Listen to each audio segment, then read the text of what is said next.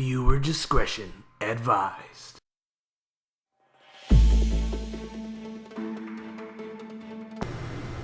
What's up YouTube, Big D here, time to review Arrow Season 3, Episode 3, titled Corto Maltese. This is a spoiler review. If you have not seen the episode, go to thecw.com/Arrow, watch the full episode there, come back, add this to your favorites or your likes, come back, or favorites, or watch later, I'm sorry.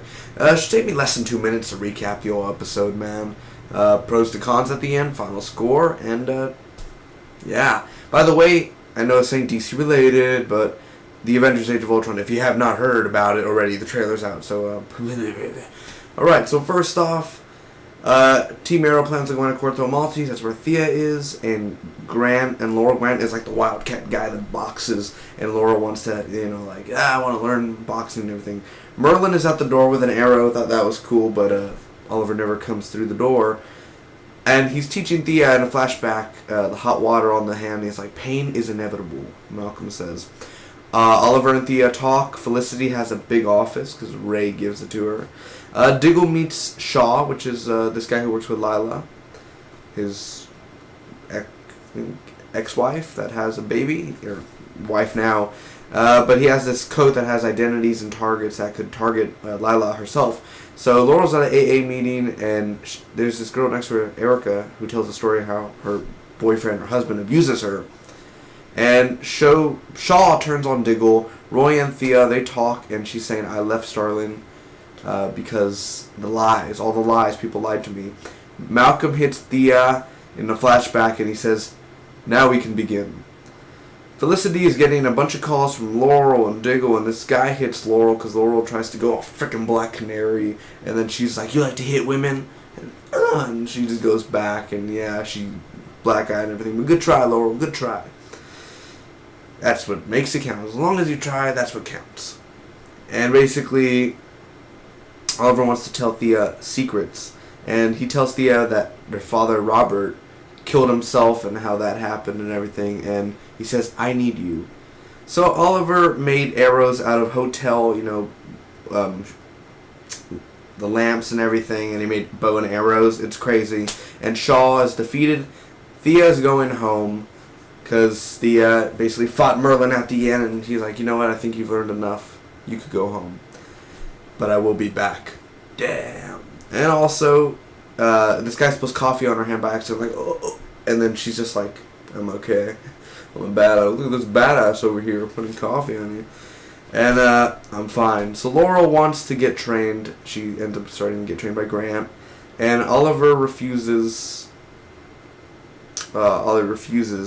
Oh, so first she's like, Oliver, can you train me? He's like, no. Do you know what that would do to your father? And it's just like, shut up. He doesn't even know that Sarah's dead either. So basically, she goes to Grant, and Nisa is in the Arrow Cave at the end, and she's like, where is Sarah? And it's like, and then it just goes to credits. So overall, what did I think about this episode, man? Overall, let's talk about it. Let's start with the cons, man. First off, 55% of this episode is slow. Literally half of it is really, really slow. Really, really boring. And I'm a huge Green Arrow fan. I've loved the first 2 seasons. Green Arrow literally is my favorite DC superhero out of... people say Batman, Superman, Cyborg, all that. No, Green Arrow is my favorite. Hands down. I love the show. I love video games. I play as him, like DC Universe Online, all that. Or most, my character's based on him. But it's just disappointing, this episode. Now, there's some good aspects to it. I'll get to it in a minute, but it's disappointing most of this episode for me. Ray Palmer, the past 2 weeks he was doing great. And it's not Brandon Roof's fault. I'm saying this episode, the way they use Ray Palmer, it really didn't get me. It's kind of like he's getting old already, Ray Palmer. He needs to change it up a little bit, And not that I'm talking about the writing. I'm talking about they were literally just in that office the whole time. Each scene was in that office. It was never anywhere else. It's in the same damn place. Move the scenes along. Go somewhere else. Move. Not stay in one place for one whole damn episode like everyone else was. There's less Malcolm Merlin. I want to see more Malcolm Merlin, man, because we're not going to get him every single episode. And I want to at least get maybe 15 minutes of screen time, man. It was maybe 7-8 minutes at most. Maybe 7-6 minutes, 2 tops. with Malcolm Merlin on there. I feel like this episode is a filler. It's just a filler because it mostly after Thea and blah blah blah.